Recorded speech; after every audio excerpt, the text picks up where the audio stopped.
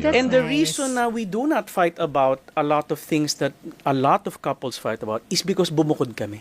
A lot of the problems stem from walang personal space yung bagong family to really assert what they want, the values they want, the rules they want at home, the money decisions.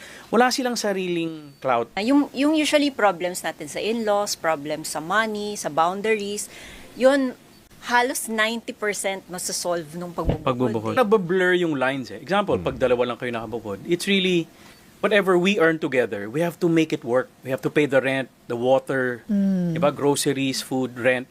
Pero kapag may in-laws at may pamangkin and all, ayan na, we have to pay for the tuition ni ganito.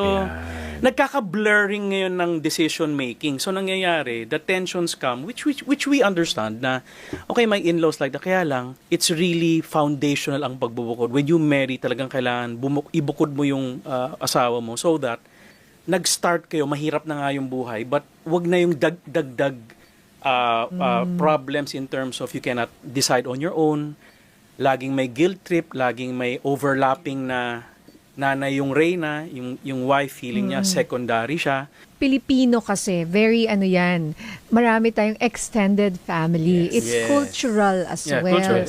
So that creates the tension and it's not, I think, properly addressed to the root of the issue. I think maraming blaming. We also tell wives na medyo hinay lang sa blaming ng toxicity ng in-laws nyo because una nakikitira ka lang, hindi kayo bumukod. So you can blame her all you want. But if you did your part na bumukod, it actually, hindi kayo maapektuhan ng toxicity. So it has those, it's a multi-dimensional, parang thing. Oo, dami.